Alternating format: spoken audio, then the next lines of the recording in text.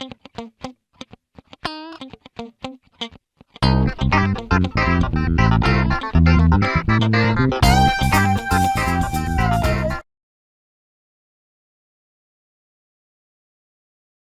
buenas tardes, les doy una cordial bienvenida, gracias por estar del otro lado, en esta tarde gris, por lo menos en Buenos Aires. Hoy vamos a estar compartiendo un tema muy puntual que hemos elegido con el doctor Graciabili, aprovechando su especialidad en concursos, que es el fideicomiso y consorcio de propiedad horizontal como sujetos concursables. La idea hoy es ver el presupuesto subjetivo concursal, sujeto concursable, derecho sustancial concursal, interpretación del artículo 2 de la Ley de Concursos y Quiebras, concursamiento del consorcio de propiedad horizontal, normas involucradas, distintas posturas, y concursamiento del fideicomiso, normas involucradas, distintas posturas. Nos acompaña el doctor Darío Graciabili, el juez civil y comercial de Bahía Blanca y profesor de Derecho Concursal. Bienvenido, Darío. Hola, buenas tardes, Irene. Buenas tardes a todos. Bueno, un agradecimiento otra vez a Microjuris por invitarme a dar estas clases. El tema de hoy, como dijo Irene, es muy puntual, es muy específico, pero muy interesante y muy debatido para los que están en estos temas, porque es una cuestión que hace mucho a los institutos estos del derecho, porque según si son sujetos concursables o no, cambian un montón de cosas. El título es medio engañoso porque yo a los dos los puse como sujetos concursables, pero vamos a ver si los dos son sujetos concursables o alguno de ellos lo es. No necesariamente van a serlo los dos, como siempre, como dije en la clase anterior, siempre el título tiene que tener un gancho para que todos estén atentos. Para entender de qué vamos a hablar y cómo vamos a desarrollar el tema, tenemos que volver al origen del presupuesto subjetivo concursal en la historia, para así entender qué es el presupuesto subjetivo concursal y cómo vamos a aplicar este presupuesto subjetivo concursal o esta teoría del presupuesto subjetivo concursal en estos casos concretos.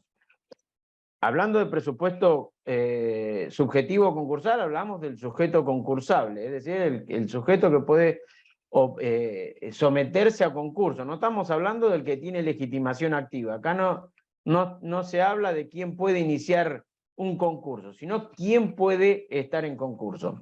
Ya todos sabemos que antiguamente la quiebra, que fue el proceso concursal originario, estaba destinado solamente a los comerciantes. Esto nace a partir del desarrollo que tuvo en el medioevo de las comarcas italianas, que es codificado después en Francia, y había una diferencia que fue la que nosotros conocimos hasta hace unos pocos años, que era el derecho comercial y el derecho civil. Bueno, la quiebra se aplicaba solamente para los comerciantes y estrictamente el tema concursal estaba limitado a estos comerciantes. Hubo una determinada evolución, esa evolución ha llevado a que nazca el concurso preventivo a fines del siglo XIX, a principios del siglo XX, nace el concurso preventivo, también en principio destinado solamente a los comerciantes. No todos los que podían estar en concurso preventivo eran los mismos que podían estar en la quiebra, era más amplio el presupuesto subjetivo para la quiebra que para el concurso preventivo, pero había un problema. Se había visto que había sujetos civiles, no comerciantes, que también caían en este problema de la insolvencia o del estado de cesación de pagos. Bueno, como la materia falencial o la materia de quiebra quedó siempre limitado, quedó incluida dentro del derecho comercial, no había posibilidad de ampliar ese presupuesto a los sujetos civiles. Por eso, por lo menos en nuestro país, a partir de 1920, cuando nacen las modificaciones de lo que en esa época se llamaba modernización de los códigos procesales, se incluye lo que muchos de nosotros conocemos como concurso civil, que era el concurso que se llevaba a cabo para las personas civiles, pero no estaba legislado por una ley sustancial y general aplicable a todo el territorio argentino, sino que estaba legislado por los códigos procesales locales, y cada uno, cada jurisdicción, cada provincia tenía su concurso civil. En general eran todos más o menos parecidos. Pero para entender de lo que estamos hablando, rebobinamos en esto. Primero, solamente el presupuesto subjetivo estaba destinado a los comerciantes. A partir de 1920 en nuestro país teníamos una dualidad, una quiebra, un concurso preventivo para los comerciantes, un concurso civil para los sujetos civiles. Esta orientación se siguió dando con esta dualidad hasta que llegamos a la unificación del presupuesto subjetivo. Esta unificación no se ha dado en Italia o Francia primordialmente, aunque ahora están avanzando más en esto, sino que era la idea que seguían la legislación norteamericana y la legislación alemana, que siempre tuvieron una uniformidad en el presupuesto subjetivo concursal. Es decir, siempre trataron, nunca estuvo distinguida la materia civil de la comercial. Si nosotros vemos en nuestra Constitución Nacional copiada o tomada de la Constitución norteamericana, vemos la ley de bancarrotas, que tendría que estar legislada por el Congreso, y parecería que nuestra Constitución no hace diferencia en relación a sujetos comerciantes o sujetos civiles, porque por otro lado también dice que el Congreso debe legislar sobre el Código de Comercio o el Código Civil. Parecería que el tema de las bancarrotas o de las quiebras o de los concursos tendría que estar legislado uniformemente para todo sujeto de derecho. Bueno, esa era la idea que tenía nuestra Constitución, que no se aplicó porque por un lado se toma la Constitución de Estados Unidos y por otro lado se toma los antecedentes del derecho francés, pero sí era la línea que seguía Estados Unidos, donde siempre la Bankruptcy Code fue dirigida a cualquier sujeto de derecho. Bueno, en nuestro país hubo una evolución para ese, que en general fue en todo el mundo, esa evolución que empieza en 1972, medio tímida, donde había una remisión, un artículo que no viene al caso, de la 19.551, que remitía que ciertas cosas o ciertos supuestos del concurso para comerciantes también se podía aplicar a ciertos sujetos civiles. La 22.917, la reforma del 83, parece querer unificar todo también, y donde decía algo así como donde se hace referencia al comerciante o a la sociedad comercial, se refiere a cualquier sujeto concursado.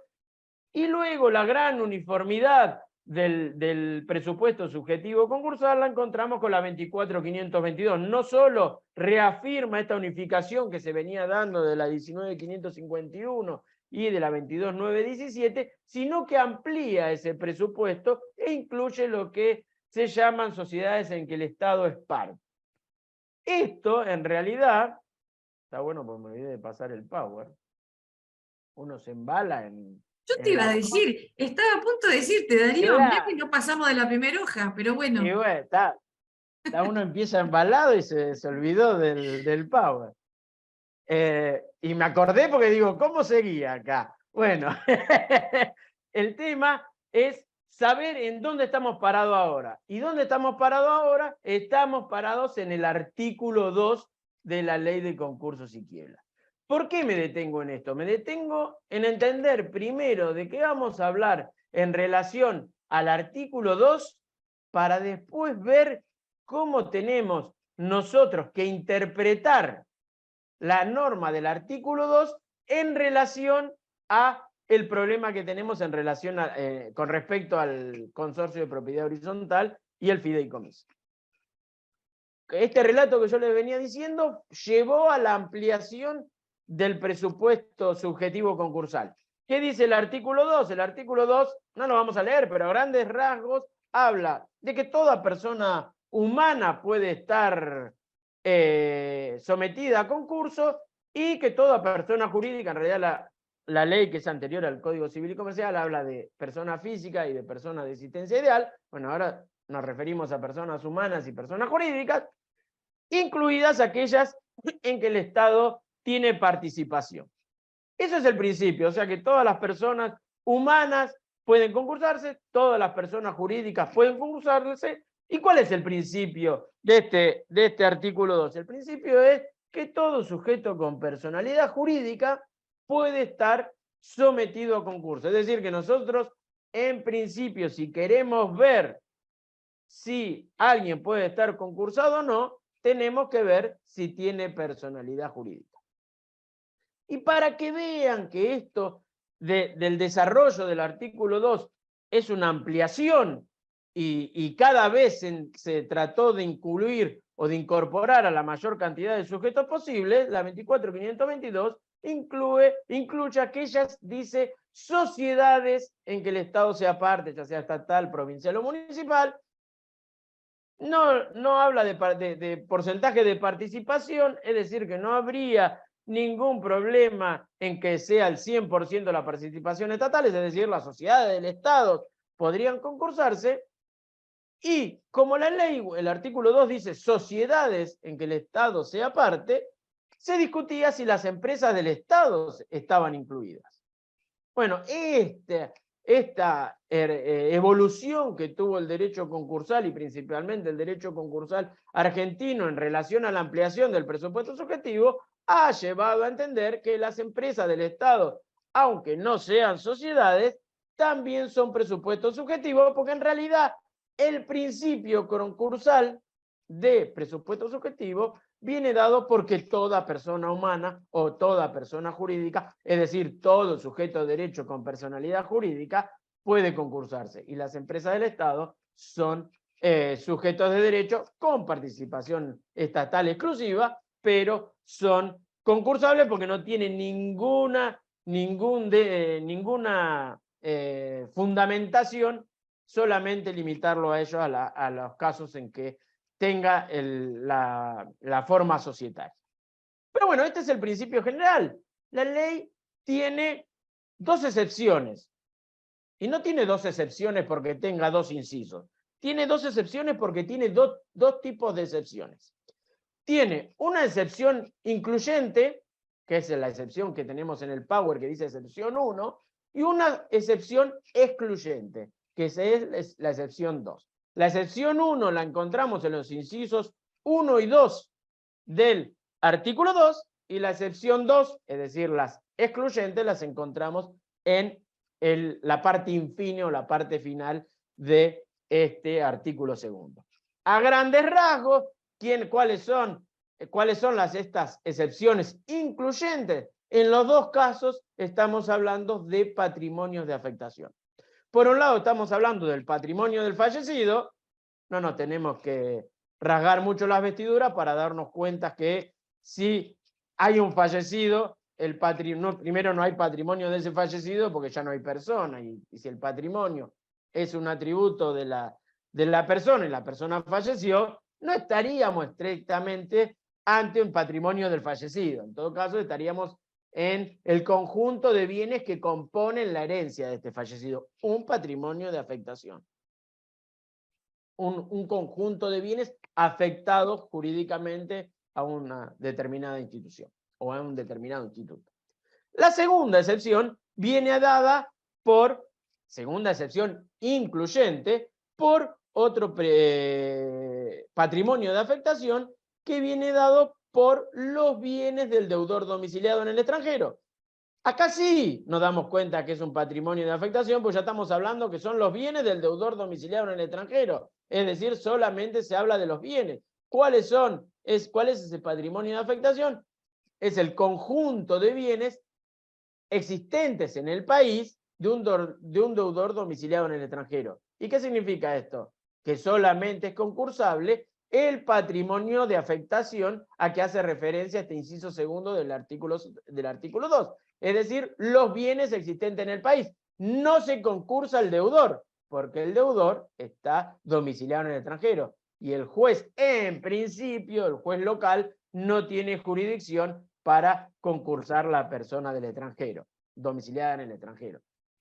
Hay ciertas variantes en esto, pero lo que importa acá es que en los supuestos de presupuesto subjetivo, la excepción viene dada por este patrimonio de afectación, los bienes existentes en el país del deudor domiciliario en el extranjero. O sea, acá tenemos la primera la primera excepción incluyente. Se incluyen dos patrimonios de afectación. Es decir, no solo son concursables todas las personas humanas y personas jurídicas, es decir, todos los sujetos de derecho con personalidad jurídica, sino que tenemos dos casos de patrimonio de afectación que también son concursables. Y la excepción segunda, que es la excluyente, excluyen sujetos de derecho. ¿Por qué la excluyente tiene que ser de sujetos de derecho? Porque el principio incluye a todos los sujetos de derecho. Entonces está perfecto el artículo segundo. La incluyente se refiere a patrimonio de afectación porque el principio se refiere a personas jurídicas o humanas, y la excluyente se refiere a personas jurídicas porque hay que excluir ciertas personas como presupuesto subjetivo concursal fuera del principio general que crea el artículo segundo. Y estos sujetos excluidos, en principio, así a grandes rasgos, son las aseguradoras, que tienen un sistema propio de liquidación, las AFJP, que ya quedan muy pocas y no hay ninguna en liquidación en este momento, y el artículo segundo también incluye a las mutuales, pero las mutuales quedaron incluidas porque después de la ley 24.522 se reforma la ley de mutuales y la incluye dentro del presupuesto subjetivo de la 24.522. Así que los sujetos excluidos en la actualidad son solamente dos, las aseguradoras y las AFJP. También dice la parte final del artículo, o los excluidos por otras leyes. Bueno, en principio, los únicos excluidos o limitados en este presupuesto subjetivo son las entidades financieras. Hubo una evolución grande en relación al problema de las entidades financieras que no vamos a entrar a discutir acá, porque si no nos llevaría toda la clase, pero lo importante acá es que en principio estaban excluidas del concurso voluntario y solamente podían ser declaradas en quiebra a petición de un acreedor cuando el Banco Central le revocaba la autorización para funcionar. Esto funcionó siempre de esta manera, a partir de una mala regulación de la ley, del artículo 51 de la Ley de Entidades Financieras, hasta que en el 2002 se presenta el concurso de dos bancos concomitantemente y se admite en el concurso preventivo de esos bancos y se tuvo que modificar la ley. La ley se modifica toda, se deja de lado esta mala redacción del artículo 51 y se deja en claro que las entidades financieras no pueden estar en concurso preventivo ni pedir su propia quiebra, es decir, que no pueden someterse voluntariamente a la quiebra y solamente pueden ser declaradas en quiebra a petición del acreedor cuando el Banco Central le quita la autorización para funcionar. Todo esto, esta introducción larga que yo les hago es para que entiendan lo que voy a decir ahora a continuación. Y que nos quede claro esto. Principio general, son concursables todo sujeto de derecho con personalidad jurídica. Excepción incluyente, patrimonio de afectación, porque no están incluidos en el principio general. Excepción excluyente, personas jurídicas que no están incluidas que no quedarían incluidas en el principio general. Tuvimos el problema de las entidades financieras, no podían concursarse, no podían estar, eran sujetos limitados del presupuesto subjetivo. Cuando se intentó su concursamiento, se modifica la ley para que no sigan siendo sujetos concursables o no se entienda que son sujetos concursables. Bueno, en relación a lo que vamos a ver ahora, el consorcio de propiedad horizontal y el fideicomiso, algo de esto que pasó con las entidades financieras puede llegar a pasar. Vamos a empezar con el consorcio de propiedad horizontal. No sé si querían empezar por el fideicomiso, pero del Power viene ahora el consorcio de propiedad horizontal, así que es lo primero que vamos a tratar. Vamos a ver cuáles son las normas involucradas. Dejamos de lado el concurso y nos venimos a las normas de derecho común. Vamos a ver qué pasa con el Código Civil y Comercial, porque para ver, vamos a retrotraernos al Código Velezano, porque el lío del consorcio con propiedad horizontal viene de antes de la reforma del 2015. Ahora, con la reforma o con la unificación del Código Civil y Comercial, rápidamente leímos el Código Civil y Comercial y dijimos, bueno, se terminó el lío que teníamos antes con el Código, en este punto, ¿no? En el Código Civil, y ahora ya sabemos que el consorcio es persona jurídica. El artículo 141 dice que son personas jurídicas todas aquellas personas que pueden adquirir derechos y contraer obligaciones, es decir, todo lo que tiene personalidad jurídica, a grandes rasgos, no hace falta decir mucho, las personas jurídicas que legislan el Código Civil y Comercial son sujetos concursables. El 148, que en sus incisos tiene todas las personas jurídicas que determina el Código Civil y Comercial, no son todas porque hay otras que surgen de otras leyes, pero lo que nos importa a nosotros es el inciso H, que dice el consorcio de propiedad horizontal es persona jurídica. Así rápidamente, si todos tuvieran el micrófono habilitado y yo les hiciera la pregunta, ¿el consorcio, que es persona jurídica, es sujeto concursable? Todos me dirían sí, es sujeto concursable. Apresuradamente, así rápido, sin saber mucho de lo que estamos hablando. Después hay una norma específica en relación al consorcio de propiedad horizontal que tiene cierta injerencia con respecto a el alcance de esas personas jurídicas y que nos hace dudar la posibilidad de concursamiento.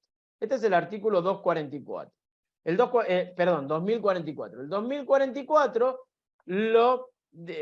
tiene dos partes. En la primera parte, en lo que importa acá, dice que los propietarios de las unidades funcionales constituyen la persona jurídica consorcio. No es una norma que tenga mucho de discusión o que tengamos que discutir mucho. Y después la segunda parte dice que la personalidad del consorcio, es decir, la persona jurídica, se extingue por la desafectación del inmueble al régimen de propiedad horizontal. Esto lo dejamos así agarrado entre pinzas, vamos a volver. ¿Qué pasaba con el Código Civil velezano? Antes se discutía qué pasaba, entraba en juego no solo el Código velezano, sino la 13512, que era la ley de propiedad horizontal, y se discutía si el consorcio tenía personalidad jurídica o no, es decir, si era una persona jurídica o era una comunidad de bienes.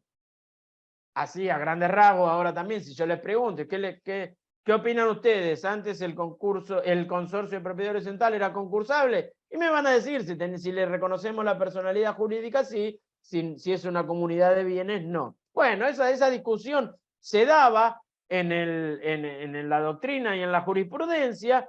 Había una tesis negativa que decía que, principalmente defendida más modernamente por Rivera, que decía que al no haber una norma legal que diga que el consorcio de propiedad horizontal es una persona jurídica, se constituía solamente en una comunidad de bienes, es decir, que no era una persona que tuviera un patrimonio, sino que esos bienes y las deudas correspondían a todos los copropietarios que constituían ese consorcio.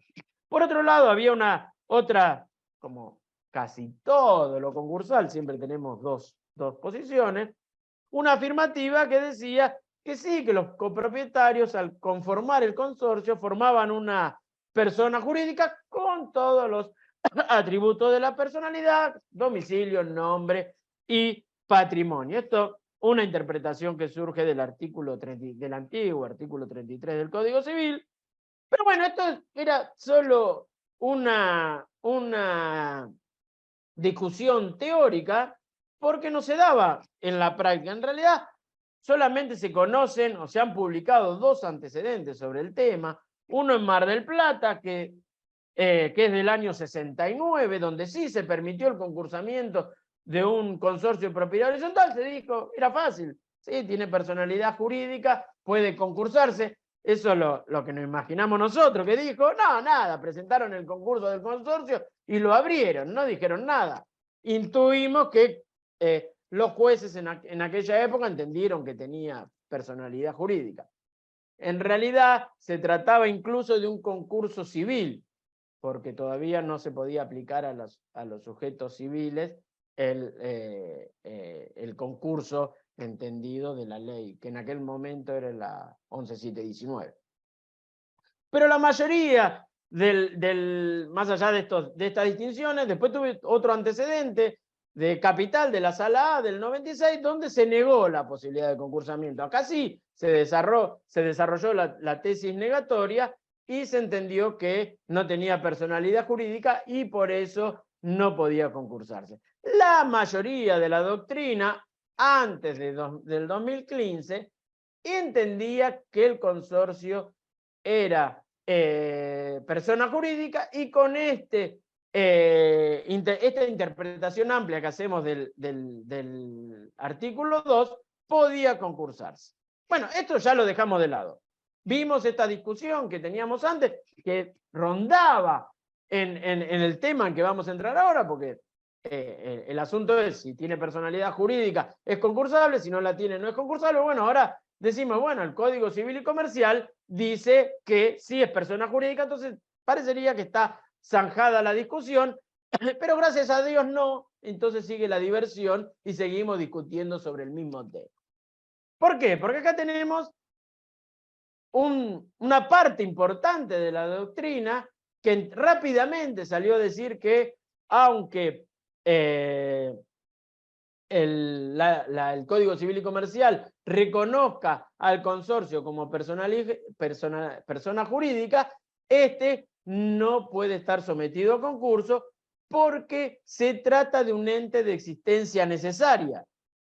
Como está sometido a indivisión forzosa por el régimen de propiedad horizontal, es decir, no puede separarse del edificio de sus copropietarios, esa indivisión forzosa le impide estar sometido en concurso. Además, dicen, yo les leí al principio, que el consorcio nunca podría estar en quiebra porque solamente puede extinguirse por desafectación del régimen a propiedad horizontal y no por quiebra. El artículo, claramente, el artículo 244, dice que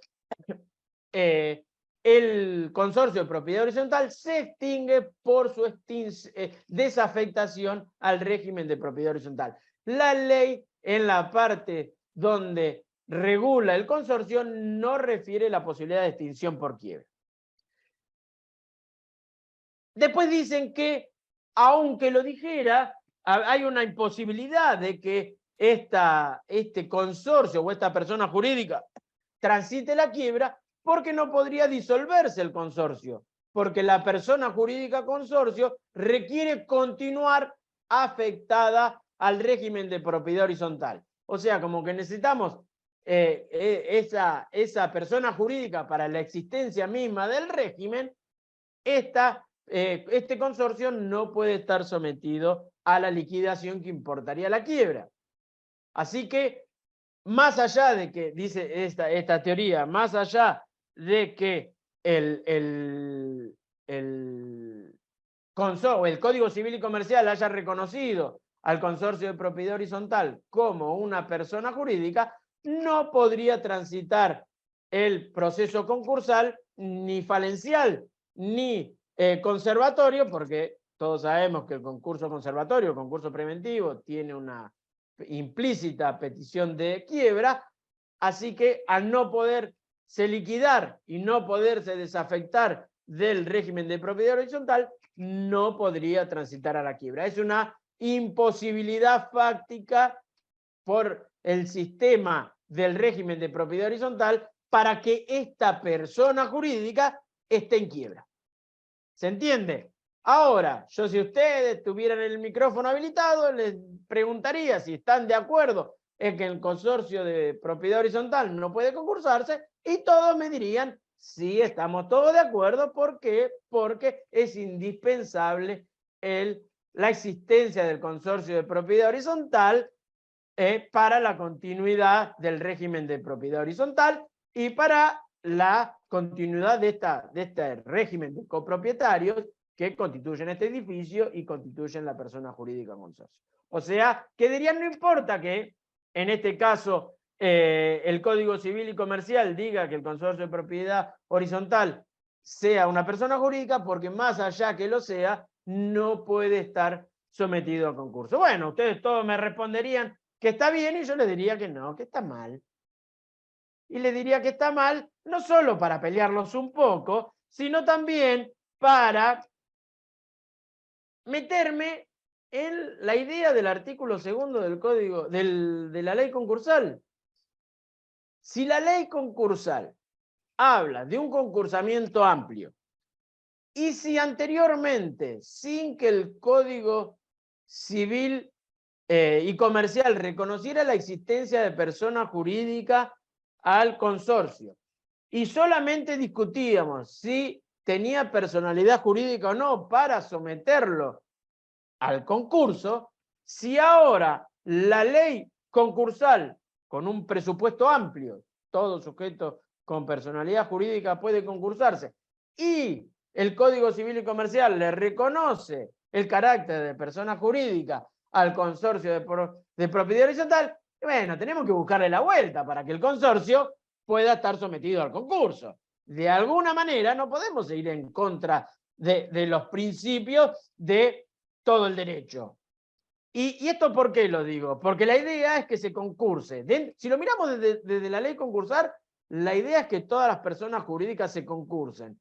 Y la idea del Código Civil y Comercial, si le da o le reconoce al consorcio su existencia como persona jurídica, y parecería que el Código Civil y Comercial también quiere que tenga todas las bondades que tienen las personas jurídicas. Si no, lo hubiera dejado como una comunidad de bienes, porque si no le permitimos el concursamiento, la persona jurídica o el reconocimiento ese de persona jurídica quedaría limitadísimo. Así que bueno, una parte de la doctrina encabezada por Vítolo, Darío Tropeano, entendemos que hay que reconocerlo. O sea que todo lo que dije antes estaba mal y lo que está bien es lo que le voy a decir a partir de ahora. ¿Cómo vamos a interpretar esto? Pues tampoco es así nomás, bueno, porque se le antoja graciable a Vítolo de Tropeano el consorcio de propiedad horizontal es concursable. No, vamos a interpretar, vamos a llevar todo esto a una interpretación para saber qué dice. Reconocemos que el artículo 244 dice que el consorcio se extingue por desafectación del régimen de propiedad horizontal. O sea que en principio se extingue por eso. Es una situación específica del consorcio. Se extingue por desafectación del régimen de propiedad horizontal. Pero hay que reconocer que si el Código Civil y Comercial dice que el consorcio es una persona jurídica, se extingue por todos los modos de extinción de las personas jurídicas. Y acá tenemos que ir al 163, donde dice que la disolución de la persona jurídica por quiebra hace extinguir esta persona jurídica. Está bien redactado el Código Civil. Algunos dicen, no podemos ir a la parte general porque la parte específica lo limita a la desafectación del régimen de propiedad horizontal. No tendría mucho sentido, y de hecho no lo hacen en relación a otras personas jurídicas. No tendría sentido que el 244 diga que también se extingue por quiebre y por todas las otras formas de extinción de las personas jurídicas. Está bien que se refiere al caso concreto de la especificidad que tiene el consorcio en relación al régimen de propiedad horizontal. Y es que se extingue, además de los supuestos de extinción de la persona jurídica, en general, se extingue por la desafectación del régimen de propiedad horizontal. ¿Qué quiere decir esto? Quiere decir que el régimen de propiedad horizontal no puede existir sin un consorcio. Ahora, ¿nosotros qué queremos? Que el régimen de propiedad horizontal siga o continúe con un consorcio insolvente, o queremos que los copropietarios, que sería lo que ocurriría, se hagan cargo de las deudas en proporción personalmente cada uno en relación a las deudas del consorcio. Bueno, si eso es lo que queremos, realmente reconocerle la entidad de persona jurídica al consorcio, carecería del más mínimo sentido, no tendría razón de ser, sería solamente una afirmación dogmática del Código Civil y Comercial, porque ya si en el caso específico de la insolvencia hacemos que sean responsables los copropietarios, no tendría sentido el resguardo que otorgaría reconocerle al consorcio de propiedad horizontal el estatus de persona jurídica. Pero bueno, entonces, si no queremos esto, de alguna manera lo tenemos que solucionar. Bueno, en principio para esto Darío Tropiano dice rápidamente, dice, y bueno, constituimos otro consorcio. No importa, si lo que necesitamos es un consorcio, no necesitamos ese consorcio, y mucho menos no queremos un consorcio insolvente. Entonces podemos constituir un nuevo consorcio. Si constituimos un nuevo consorcio, el primero queda extinguido y desafectado del régimen por la quiebra, pero el régimen, o mejor dicho, el edificio sigue funcionando dentro del régimen de propiedad horizontal porque constituimos un nuevo consorcio. Y bueno, me van a decir, y bueno, pero ¿cómo dividimos los patrimonios acá? Es fácil, no dividimos patrimonio, estamos hablando de personas jurídicas, dividimos personas jurídicas, tenemos dos personas jurídicas distintas. El patrimonio, el consorcio insolvente se refiere, o queda incluido dentro del consorcio insolvente, todas las deudas contraídas por el consorcio insolvente y todos los bienes que tiene ese consorcio insolvente. Serán las expensas, las deudas de expensas, las deudas de expensas extraordinarias, cualquier bien que corresponda a ese consorcio. Como persona jurídica que es, no es una división de patrimonio, sino es una distinción de persona jurídica. Y constituimos el nuevo consorcio, y ese nuevo consorcio va a volver a tener nuevos bienes que se constituirán con los nuevos aportes de expensas o de la manera que lo entiendan los copropietarios que deben hacerse. Así que, para reconocerle el concursamiento a este consorcio de propiedad horizontal, en realidad lo que hay que hacer es ver cómo mantenemos el régimen de propiedad horizontal, no excluir el concursamiento, porque en realidad no tenemos mayores problemas con concursarlo, porque es una persona jurídica, el principio amplio del artículo 2 de la ley concursal, y lo que nos movía para evitar el concursamiento era esta posibilidad o esta imposibilidad de separarlo del régimen de propiedad horizontal o esa indivisión forzosa que existía. Bueno, lo que hay que hacer para permitir el concursamiento de este consorcio es liquidar el insolvente, mandarlo a la quiebra y permitir que un nuevo consorcio se haga cargo del régimen de copropiedad de propiedad horizontal. De lo contrario, llevaría al sistema anterior de no reconocerle a la persona jurídica y se harían cargo los copropietarios de las deudas contraídas por este consorcio insolvente y ya terminarían siendo condóminos y no copropietarios en relación a las deudas de este consorcio. O sea, concluyendo, la quiebra como causal de disolución que impone el artículo 163 impone la extinción de ese consorcio, pero no lo desafecta del régimen de propiedad horizontal, porque no quiere decir que la disolución que hace la quiebra implique la desafectación no es automático, porque la extinción de la persona jurídica se hace cuando concluye la quiebra, ya que tenemos que esperar a que concluya la quiebra. De hecho, puede transitar un consorcio la quiebra sin que se extinga, puede superar la quiebra y continuar como persona jurídica ligada al consorcio. O sea que una posibilidad para el caso de que concursemos, quiebre, se liquide, se disuelva y se extinga, no en ese orden, sería se disuelva, se liquide y se extinga el consorcio, si se extingue, constituimos uno nuevo. Pero no siempre la quiebra implica esa extinción. ¿Por qué? Primero porque puede transitar un concurso preventivo exitoso sin necesidad de ir a la quiebra. Ahí no se extingue. Ese sería el supuesto más fácil. Podemos tener dentro de la quiebra la continuación de la explotación de este consorcio. Un supuesto excepcionalísimo, sí, me van a decir, muy difícil. Sí, claro, reconozco que es muy difícil que eso ocurra, pero bueno, podría ser una posibilidad de alternativa que seguiría funcionando por un tiempo. Pero hay supuestos reales donde este consorcio puede continuar, y son los supuestos de liquidación, de conclusión de la quiebra no liquidativa. Es decir, todos esos supuestos, avenimientos, cartas de pago, donde la quiebra concluye por intermedio de un modo no liquidativo, la persona jurídica continúa. Así que en esos supuestos tampoco habría extinción de este consorcio. Y hay un caso más, el caso de pago total, que si bien es un caso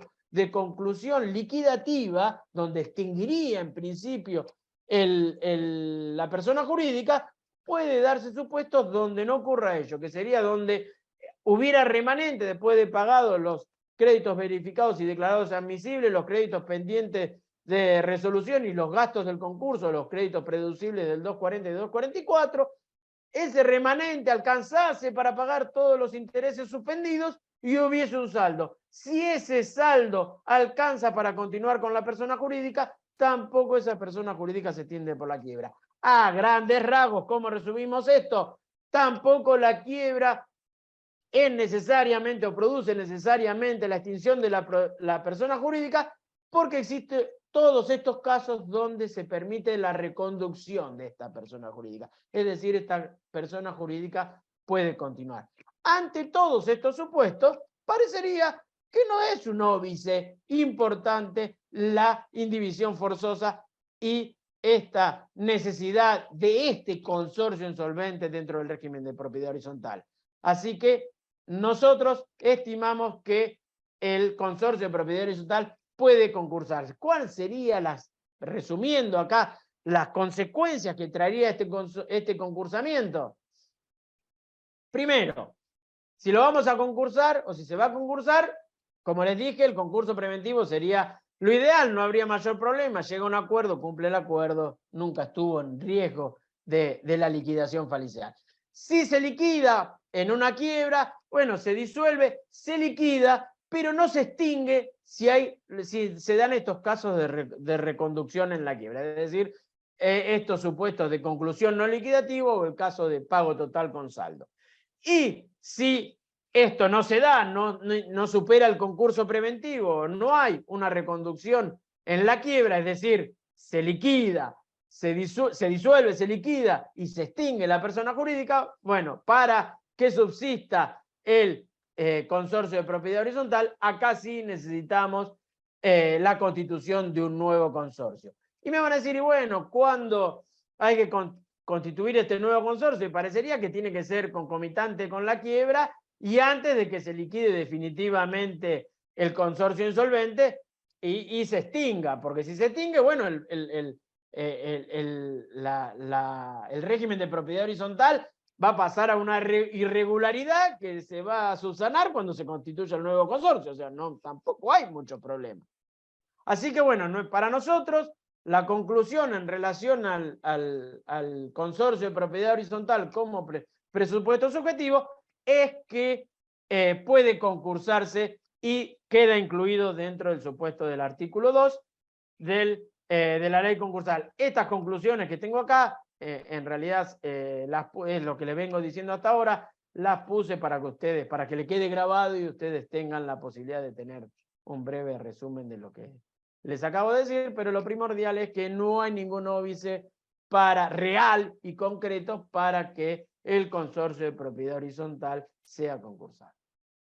Darío, Vamos a pasar. Sí. te hago una pregunta que hizo Daniel Sheinfeld. Dice, ¿no sería una forma de eludir el cumplimiento de las obligaciones del consorcio al sustraerle a los acreedores la posibilidad de accionar sobre el bien propiamente dicho? Qué bien. El de propiedad horizontal, el edificio no es del Entiendo que es el consorcio. edificio, pero... Claro, el edificio no es del consorcio, no es un bien del consorcio, es el que está sometido a la propiedad horizontal, no está. Por eso la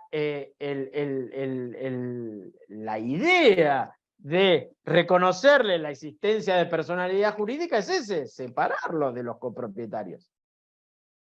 O sea, y si no permitimos el concursamiento de el consorcio, sería lo mismo, sería una de las importantes posibilidades que tiene la persona jurídica si le negamos la posibilidad de concursamiento. No sé si se refería a eso. Bueno, vemos. Avance, Bueno, si avance, no, después, que quedan al 15 minutos. final, si no lo vemos. Dale. Bueno, vamos a ver qué pasa con el fideicomiso. El fideicomiso es más discutido, pero la solución para mí es más fácil. Nunca ninguna ley, ni la 24.221, permitió el concursamiento del fideicomiso. O sea, sí, del fiduciante y del fiduciario, pero no del fideicomiso. No daba, decía el artículo 16, no daba lugar a la declaración de quiebra. Bueno, ¿qué dice ahora el 1687 del Código Civil y Comercial? Dice, la insuficiencia de los bienes fideicometidos para atender a esas obligaciones, cuando habla de la insuficiencia de bienes, no da lugar a la declaración de quiebra. Eso en principio, eso que está es fundamental. Después sí dice cuando se va a liquidar, se podrá hacer a través del régimen o las normas previstas para los concursos y quiebras. El artículo 2, como vimos, no refiere al fideicomiso, no hace ninguna referencia ni como inclusión ni como exclusión. O sea, la ley concursal no menciona al fideicomiso. Bueno, vamos a ver qué pasa con estas posiciones que se dan en régimen en relación al fideicomiso. Bueno, la primera, la tesis afirmativa, ya se darán cuenta que yo voy por la tesis negativa, porque si no, no le hubiera puesto primero la afirmativa. Principalmente, Pancho Jungenbach, Javier Lorente son grandes defensores de esta tesis, y ellos dicen que el 1600, a grandes rasgos, dicen que el 1687 está mal redactado, es contradictorio, porque parece que primero dice que no puede estar en quiebra, pero después se aplica la quiebra. Como el artículo 2 habla del concursamiento amplio o la interpretación amplia del presupuesto subjetivo, dice, debe resolverse la cuestión en favor del concursamiento del fideicomiso. Dice que cuando el 1687 habla de que en la liquidación se aplican las normas de la quiebra o de los concursos y la quiebra, no puede aplicarse esas normas sin que se produzcan los efectos de la quiebra. Y también dice que no hay ninguna imposibilidad de que se habilite el concurso preventivo, porque el artículo 5 de la ley concursal habla de los que pueden presentarse en concurso preventivo, incluso las sociedades en liquidación. Bueno, eso en realidad, el artículo 5 se refiere a las sociedades sin liquidación, pero es un artículo 5 que viene de la 19.551, donde antes de la reforma, las sociedades en liquidación no podían concursarse porque entendían que tenían que ir a la quiebra porque se liquidaban. Bueno, había una diferencia. Si se liquidaban en la quiebra, lo que se liquidaba se iba para los acreedores, y se liquidaban a través de un concurso preventivo, acordaban con los acreedores y después la liquidación se hacía por el régimen de la ley de sociedades y se repartía entre los socios. Las consecuencias de la distinta. Y en realidad, en la actualidad, el artículo 5 no tiene aplicación, queda todo subsumido en el artículo 2, pero ellos dicen que es fundamental que el artículo 2 no prohíba el concursamiento del fideicomiso. Bueno, en principio, si lo vemos rápidamente de esa manera, podemos ver que sí, que el artículo 1687 habla que no puede ser declarado a quiebra y después que se aplican las normas de la quiebra. Y si rápidamente leemos que el artículo 2 habla de concursamiento amplio, también incluiríamos al fideicomiso. Bueno, nosotros no estamos de acuerdo con esa interpretación, que es un tanto rebuscada, y yo creo que si vamos lisa y llanamente a entender cada una de las normas, no vamos a tener problema en sellar la suerte de que el fideicomiso no puede concursarse. ¿Por qué? Primero, claramente el 1687 es prohibitivo. Dice, no puede ser declarado en quiebra. Después vamos a interpretar qué quiere decir lo que sigue del 1687. Pero en principio dice que no puede ser declarado en quiebra, y es lo mismo que el artículo 16 de la ley anterior. No podía estar sometido en quiebra. Y después, no podemos decir que el artículo 2 lo permite porque no lo incluye. En realidad, al no incluirlo, es no permitivo el artículo 2. ¿Por qué? Como vimos antes, el artículo 2 es inclusivo en relación a los sujetos de derecho que tienen personalidad jurídica. Y es inclusivo por excepción a los patrimonios de afectación. Vimos que solamente los patrimonios de afectación que incluyen el artículo 2 son el patrimonio, el llamado patrimonio del fallecido y los bienes del deudor domiciliario en el extranjero.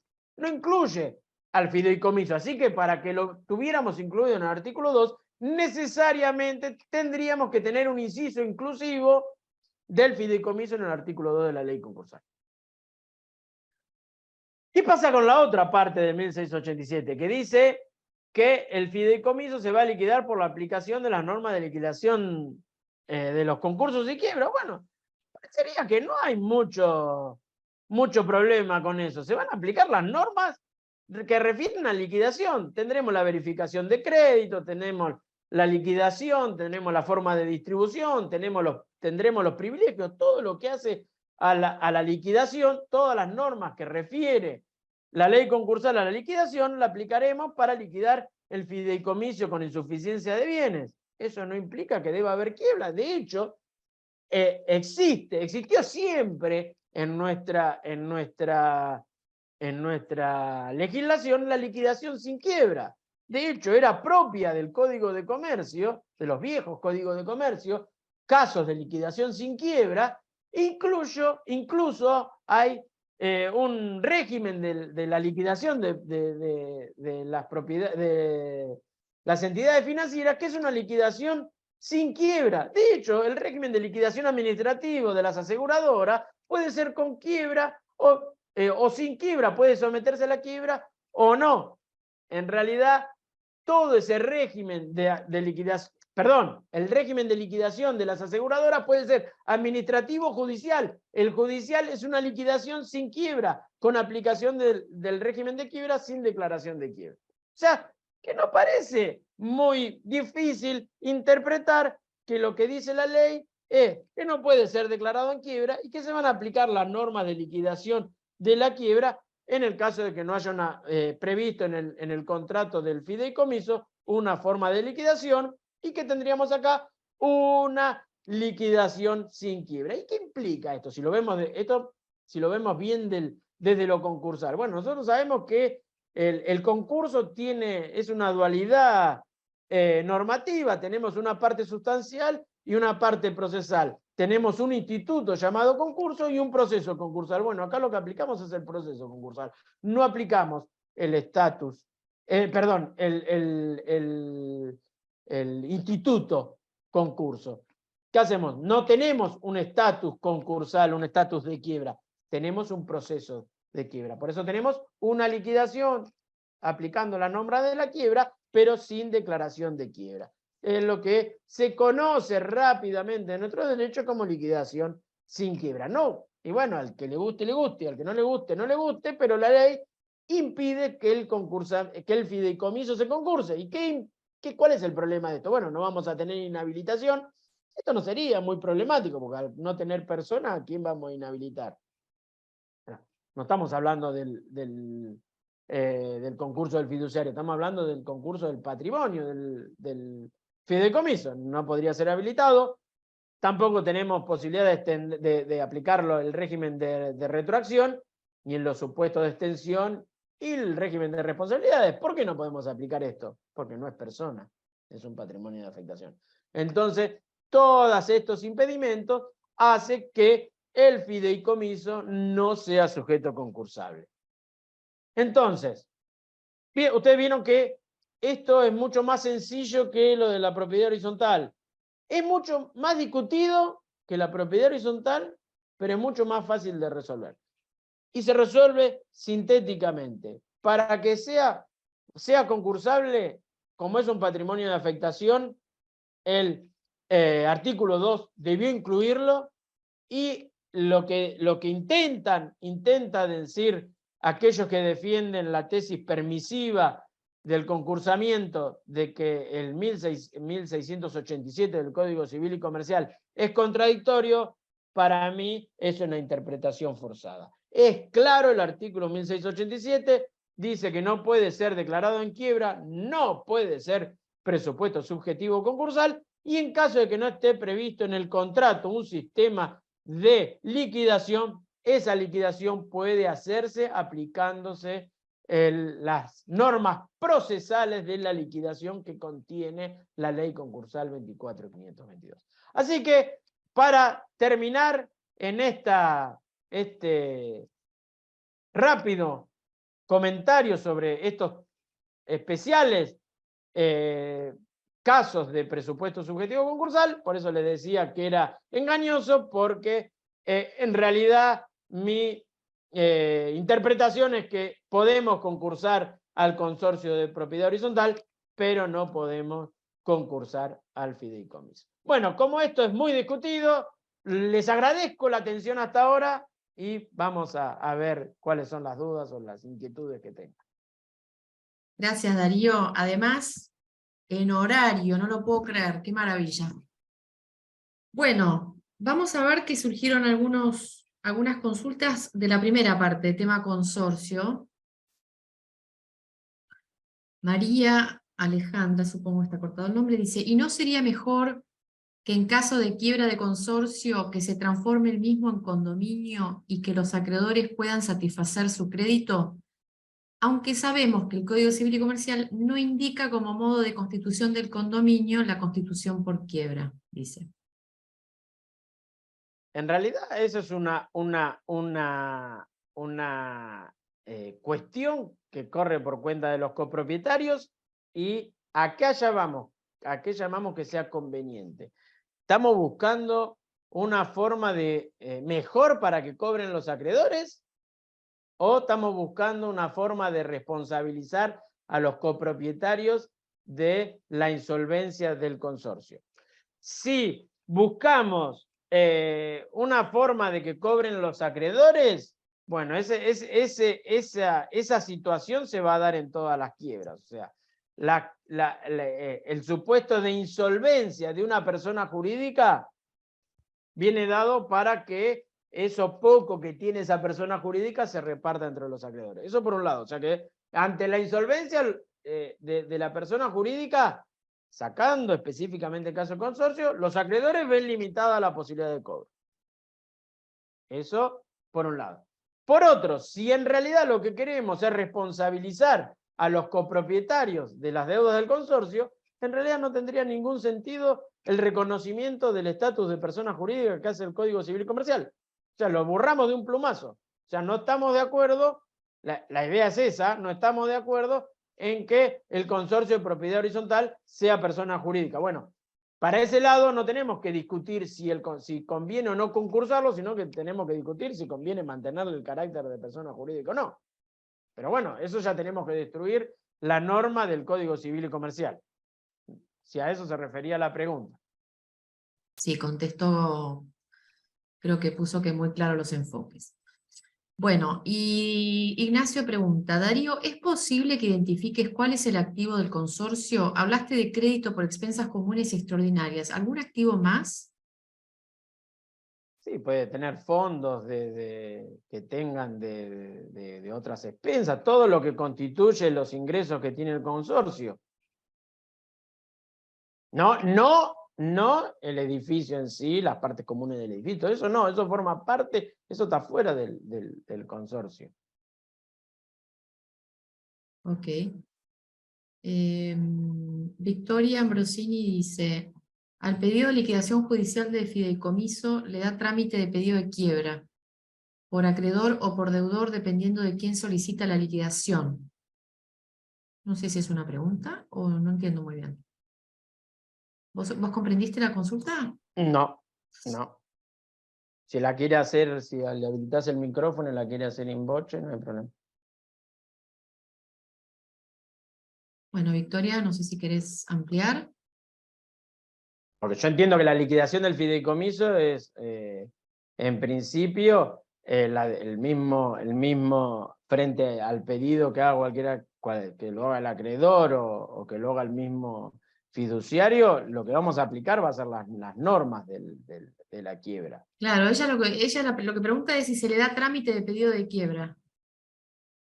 Es que sí, se le puede dar el trámite de pedido de quiebra. En realidad, no cambia eso. O sea, se le puede dar el trámite del pedido de quiebra o se le puede dar el trámite que se le ocurra al juez, porque en realidad no es en concreto la necesidad de llevar a cabo el pedido de quiebra, pero lo que importa acá es llevar adelante el trámite de liquidación de la quiebra. O sea, le dé el trámite de quiebra, por ejemplo, ¿a qué supongo que se refiere? Si lo pide un acreedor, ¿qué vamos a hacer? ¿Vamos a hacer el trámite de antequiebra que determina la ley concursal o directamente abrimos la liquidación? Y parecería que un pequeño trámite de defensa del fiduciario debe haber, o sea que el fiduciario, en representación, por supuesto, del fideicomiso, podrá tener alguna defensa para decir, no, yo no estoy en insuficiencia de bienes, voy, le pago y listo, no se liquida. Eso sí, lo que no vamos a tener es una declaración de quiebra, una sentencia declarativa de quiebra, no. Vamos a abrir una liquidación y vamos directamente a abrir un periodo de verificación para que se presenten los acreedores. Por supuesto, no vamos a liquidar, no vamos a designar un síndico, va a ser el propio juez el que se haga cargo de ese proceso de liquidación, de verificación, que termina siendo un proceso de incorporación de los acreedores. Es como cualquier incidente en cualquier otro juicio que se presente una acreedora que se le reconozca su crédito. Si a eso se refería, si había para llevar adelante esa liquidación.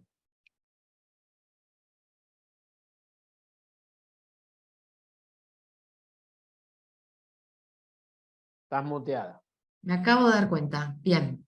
Estaba respondida la consulta. Dice muchísimas gracias. Perfecto, gracias. Como no hay más preguntas, creo que hasta aquí llegamos.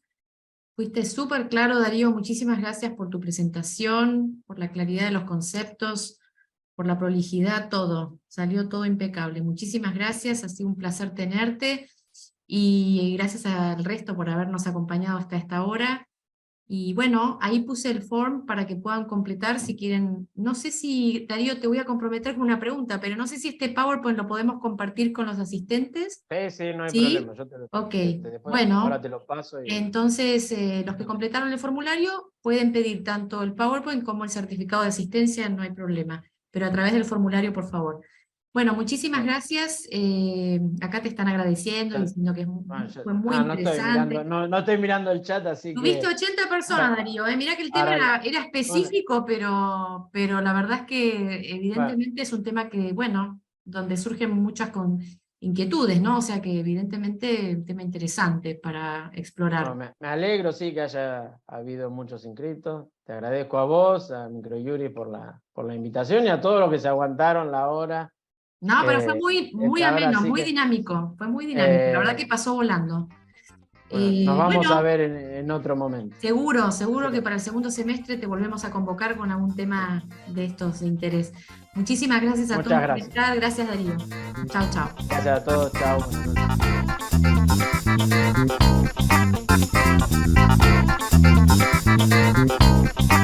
Chao.